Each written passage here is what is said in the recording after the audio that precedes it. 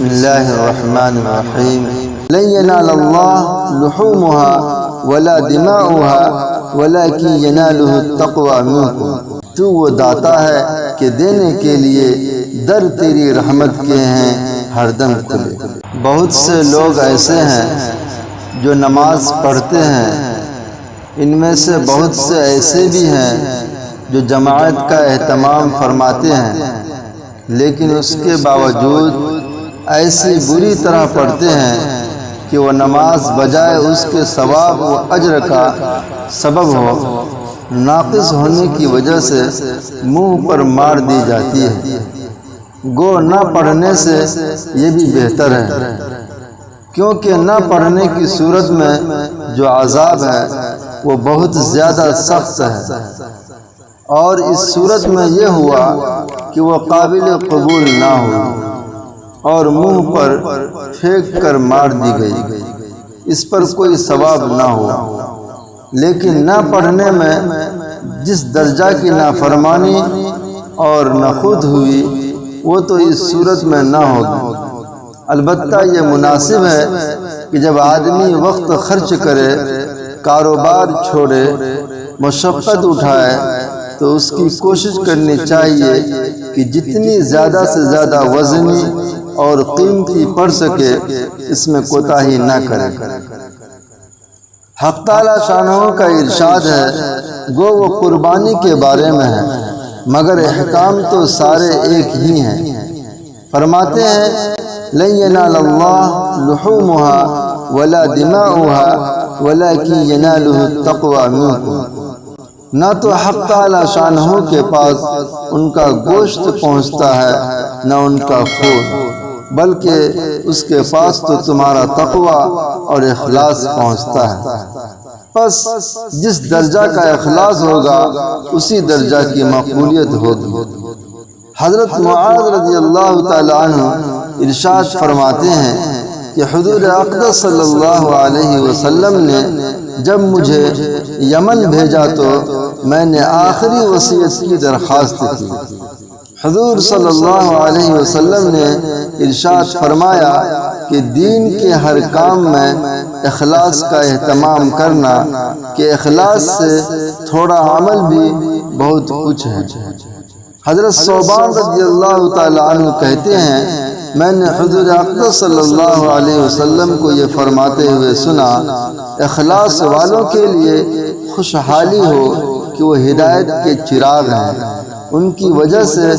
سخت فتنے دور ہو جاتے ہیں۔ ایک حدیث میں حضور اقدس صلی اللہ علیہ وسلم کا ارشاد ہے کہ اللہ تعالی ضعیف لوگوں کی برکت سے اس امت کی مدد فرماتے ہیں، نیز ان کی دعا سے، ان کی نماز سے، ان کے اخلاص سے۔ نماز کے بارے میں اللہ جل شانہ کا ارشاد ہے فَوَيْلٌ لِّلْمُصَلِّينَ الَّذِينَ هُمْ عَنْ صَلَاتِهِمْ سَاهُونَ الَّذِينَ هُمْ يُرَاءُونَ۔ بڑی خرابی ہے ان لوگوں کے لیے جو اپنی نماز سے بے خبر ہیں، جو ایسے ہیں کہ دکھلاوا کرتے ہیں۔ بے خبر ہونے کی مختلف تفسیریں کی گئی ہیں، ایک یہ کہ وقت کی خبر نہ ہو قضا کر دے، دوسرے یہ کہ متوجہ نہ ہو ادھر ادھر مشغول ہو، تیسرے یہ کہ یہی خبر نہ ہو کہ کتنی رکعتیں ہوئی۔ دوسری جگہ منافقین کے بارے میں ارشاد خداوندی ہے وَإِذَا قَامُوا إِلَى الصَّلَاةِ قَامُوا كُسَالَىٰ يُرَاءُونَ النَّاسَ وَلَا يَذْكُرُونَ اللَّهَ إِلَّا قَلِيلًا۔ اور جب نماز کو کھڑے ہوتے ہیں تو بہت کاہلی سے کھڑے ہوتے ہیں، صرف لوگوں کو دکھلاتے ہیں کہ ہم نمازی ہیں، اور اللہ تعالیٰ کا ذکر نہیں کرتے مگر بہت تھوڑا سا۔ ایک جگہ انبیاء علی نبینا و علیہم السلام کا ذکر فرما کر ارشاد ہے فَخَلَفَ مِن بَعْدِهِمْ خَلْفٌ أَضَاعُوا الصَّلَاةَ وَاتَّبَعُوا الشَّهَوَاتِ فَسَوْفَ يَلْقُونَ غَيًّا۔ پس ان نبیوں کے بعد بعض ایسے ناخلف پیدا ہوئے جنہوں نے نماز کو برباد کیا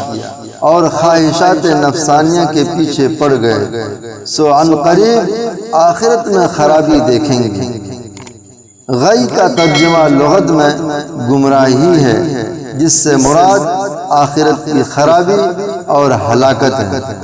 اور بہت سے مفسرین نے لکھا ہے کہ غی جہنم کا ایک طبقہ ہے جس میں لہو، پیپ وغیرہ جمع ہوگا، اس میں یہ لوگ ڈال دیے جائیں گے۔ ایک جگہ ارشاد ہے وما منعهم ان تقبل منهم نفقاتهم، اور ان کی خیر خیرات مقبول ہونے سے اور کوئی چیز بجز اس کے معنی نہیں ہے کہ انہوں نے اللہ کے ساتھ اور اس کے رسول کے ساتھ کفر کیا اور نماز نہیں پڑھتے، مگر کاہلی سے اور نیک کام میں خرچ نہیں کرتے مگر گرانی سے۔ اس کے بالمقابل اچھی طرح سے نماز پڑھنے والوں کے بارے میں ارشاد ہے قد افلح المؤمنون الذین هم فی صلاتهم خاشعون، بے شک کامیابی اور فلاح کو پہنچ گئے وہ مومن جو اپنی نماز میں خشوع کرنے والے ہیں، اور وہ لوگ جو لغویات سے اعراض کرنے والے ہیں، اور جو زکوٰۃ ادا کرنے والے ہیں یا اپنے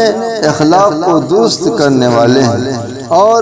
جو اپنی شرمگاہوں کی حفاظت کرنے والے ہیں، بجز اپنی بیویوں اور باندیوں کے کہ ان میں کوئی حرج نہیں، البتہ جو ان کے علاوہ اور جگہ شہوت پوری کرنا چاہیں وہ لوگ حد سے گزرنے والے ہیں، اور جو اپنی امانتوں اور اپنے عہد و پیمان کی رعایت کرنے والے ہیں، اور جو اپنی نمازوں کا اہتمام کرنے والے ہیں، یہی لوگ جنت کے وارث ہیں